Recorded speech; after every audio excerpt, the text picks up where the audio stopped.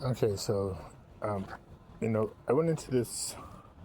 I like doing the shelters. I like, checking up on things and seeing because it's kind of weird how St. Vincent de Paul,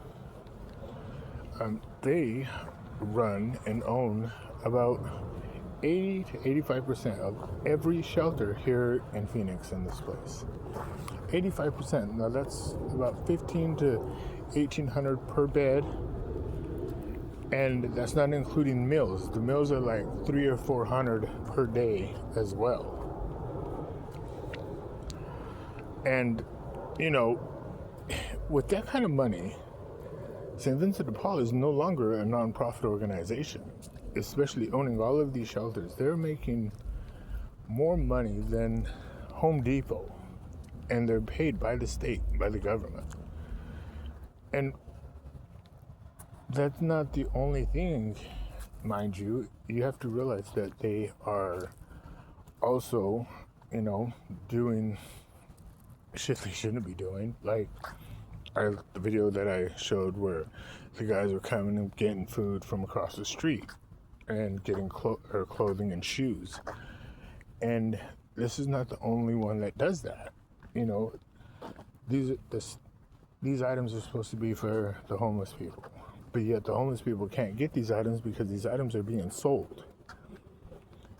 And and they give the homeless people, the raggediest, the donated stuff that people have worn and stuff, but all the brand new stuff, most of the stuff, if you're not good with the employees there, they're going to give you, the raggedy stuff and say you can't have, the new stuff that they should be giving to everyone. It shouldn't be, it shouldn't be, up for debate. It shouldn't be able. You shouldn't have to beg for something new and have to look through some stuff that's torn or ripped or shoes that have been worn and whatever. But they do, and yet if you don't know one of them, you're not getting it. And that right there in itself is that sucks. But anyways, so I like to go into these shelters and I like to go into these churches that help people. And I found that none of these churches nor shelters nor any of it, yeah, they do help people, they do feed you and they do give you clothes and showers and stuff like that, which is a good thing. But yet they all run the same kind of business. Underneath it all, they all have, the sex thingies and and people go in there and they're having sex with these people and it's just weird. And it's not like everybody doesn't know, because everybody knows. It's just that nobody cares. As long as you're having sex, everybody's fine with it. But some of these women, they're not okay with it. It's like they have something over these people. It's like they're being blackmailed, because when I'm near like one of the showers and a girl is in there and she doesn't want to be doing what she's doing, and you can actually hear the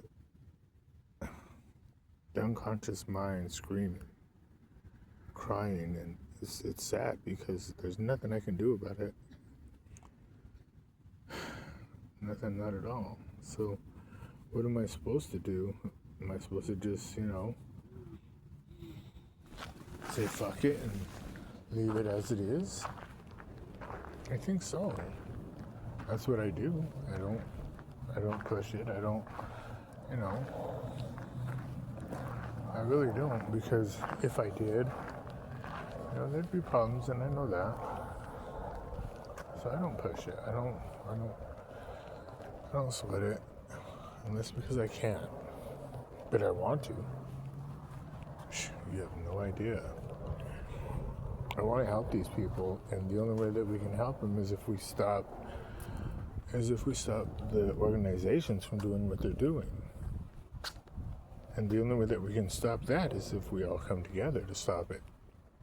But we have to put God in our lives first before we'll have the power and the ability to. Everybody says, oh, we're good in numbers. No, we're not good in numbers. We can have all the numbers we want. But you gotta realize they have all the money, they have the devil backing them, they have the ability to, make people think what they want to think and make them think what they want them to think, and basically it's a losing battle. But if we put God in our lives and we put God as our king, then and only then will we have the ability to stop what's going on. We sit here and we think that everything is peachy, but peachy is not what everything is. Everything is fucked. And the only way that we're going to fix it is if we fix ourselves first. And that's putting God in our lives and making God our number one priority. Everything else comes later. I just want everybody to, realize what God has given me. You guys see it. You know how many times you guys have tried to make me look embarrassed, try to humiliate me, try to, you made me lose everything. Yeah, that's fine. I don't care. I don't need money. I don't have anything that I really need. God provides everything for me. You taking away my home, everything, that's fine too, because you know what? I live in God's house. I can go anywhere I want. I can sleep wherever I want. Okay, I gotta hide, but I'm just joking. But what I'm trying to say is this. God will always provide. Even if you don't think He will, He will. He gives you what you need. He doesn't give you what you want, but He'll give you what you need. You just gotta believe. You just gotta have faith. Me, it's easier for me because I know what heaven is and I know what hell is. I know where they are. I know what they're like inside both of these places. And not that I had been in hell and that I was punished going there. No, it's my brother's house. Really? The hell? Anyways. Oh. And when I say brother, I mean he's an angel, and he's, he was there, but no, he's home. That's another story. So, but I'll tell it right now, though, but a little bit later. But I'm just saying that, he wants everybody to be there. And you guys don't understand what heaven and hell is. You guys think that, hell's on earth. No, this is nowhere near hell. You guys are tripping. I think in the last video, or one of my videos, I explained what hell looks like and where hell was. And, and I don't know if you guys believe it or not, because you guys still doing the same bullshit. It's crazy. It's just like, I give a fucking prime example of what hell is, and you guys just like, so what? You don't even care. So that's on you. I'm just the messenger coming to, relay a message. Now, it's like this. Let me stop this video and I'll start over and I'll tell you what I was going to tell you. Hold on.